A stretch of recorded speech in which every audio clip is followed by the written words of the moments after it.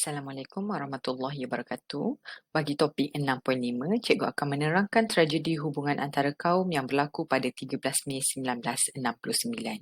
Pada akhir pembelajaran, murid akan dapat menghuraikan tragedi hubungan antara kaum. Standard pembelajaran pada hari ini ialah menghuraikan tragedi hubungan antara kaum, membahas kepentingan menjaga keharmonian kaum. Pada 13 Mei 1969, peristiwa rusuhan antara kaum telah berlaku. Ianya bermula beberapa hari selepas pilihan raya umum ketiga diadakan pada tahun 1969. Keputusan pilihan raya menjadi punca ketegangan antara penyokong parti politik yang memprovokasikan keadaan. Keempat, situasi ini mencetuskan rusuhan antara kaum di negara kita yang ianya berlaku di Kuala Lumpur, Selangor dan kawasan sekitarnya. Faktor-faktor berlakunya rusuhan ini adalah kerana, pertama, kesan ketidakseimbangan dalam ekonomi dan sosial di negara kita. Kedua, keputusan PRU yang menjadi punca utama rusuhan, ketegangan mula semasa kempen pilihan raya di mana parti politik telah eksploitasi isu sensitiviti suatu kaum. Ketiga, PKM ambil kesempatan untuk mempengaruhi penduduk bermusuh antara kaum. Keempat, parti bertanding kempen gunakan sentimen perkauman dan keagamaan untuk dapatkan sokongan pengundi. Dan akhir sekali, perarakan kemenangan pilihan raya tidak terkawal dan timbulkan kekacauan dan provokatif.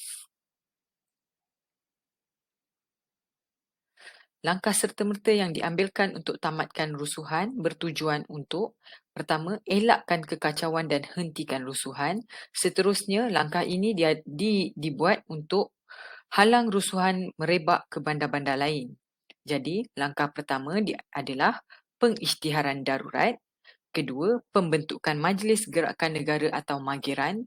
Dan langkah ketiga, peranan Raja-Raja Melayu. Pengisytiharan Perintah Darurat oleh Yang di-Pertuan Agong pada 16 Mei 1969 ke seluruh negara. Antara perkara yang diputuskan termasuklah 1. Perlembagaan digantung dan parlimen ditangguh. Kedua, mewujudkan pusat perlindungan di beberapa tempat semasa darurat. Ketiga, pihak polis telah menguatkuasakan perintah berkurung, rakyat tidak dibenarkan keluar dan perlu tinggal di kediaman masing-masing. Keempat, menubuhkan jawatan kuasa iaitu tugas untuk menyusun semula perkhidmatan, penerangan kerajaan. Kelima, semua berita daripada pihak media ditapis bagi pastikan kesahihannya. Keenam, kerajaan memastikan bekalan makanan penduduk peroleh terutama di pusat perlindungan. Ketujuh, mangsa rusuhan ditempatkan di pusat perlindungan yang terletak di Stadium Merdeka dan Tiong Nam Settlement. Dan akhir sekali, pihak berkuasa pagar kawasan Kampung Baru dan jadikan kawasan perintah berkurung besar. Majlis Gerakan Negara atau Mageran. Pertama, Yang di-Pertuan Agong perkenan tubuhkan Majlis Mageran yang dipengerusikan oleh Tun Abdul Razak bin Husin. Kedua, ahlinya terdiri dari pegawai perkhidmatan awam, pegawai tinggi polis dan tentera. Ketiga, pada 16 Mei 1969, Mageran diberi kuasa pemerintah semasa darurat hingga 23 Februari 1971.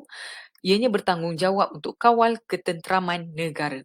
Dua fokus Mageran ialah selesaikan masalah perpaduan kaum dan ketidakseimbangan ekonomi antara kaum. Antara tanggungjawab Mageran, 1. Kembalikan keamanan dan undang-undang. 2. Perlu tentukan pentadbiran yang licin dalam negara. 3. Kembalikan keharmonian dan kepercayaan antara kaum dalam negara. Keempat, gantung sementara penerbitan semua akhbar sehingga keadaan negara kembali tenang. Dan kuat kuasakan Akta Hasutan 1948. Keenam, Jabatan Penerangan tapis berita palsu dan terangkan usaha kerajaan. Peranan raja pula ialah, pertama, Raja-Raja Melayu mainkan peranan dalam usaha pulihkan keadaan negara. Kedua, semasa rusuhan kaum, Sultan Perak iaitu Sultan Idris Iskandar Shah II menasihati rakyat supaya menjaga keamanan. Ketiga, pemimpin masyarakat dan politik Perak telah menubuhkan jawatan kuasa muhibah. Keempat, Jawatankuasa Muhibah tulis surat kepada rakyat supaya rayu penduduk tenang dan bantu negara kekalkan keamanan. Kelima, negeri-negeri lain juga rajanya turut minta rakyat tenang dan patuhi undang-undang. Sebagai kesimpulan, rusuhan kaum dapat dihentikan adalah kerana hasil usaha pihak berkuasa dan kerjasama rakyat. Namun, banyak usaha perlu dilakukan bagi bina semula perpaduan dan keharmonian kaum.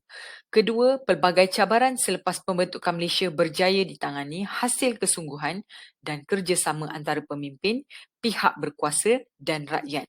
Ketiga, sebagai rakyat Malaysia, kita harus bekerjasama bagi mengekalkan keamanan yang dikecapi agar dapat hidup suasana aman dan makmur. Itu sahaja. Terima kasih.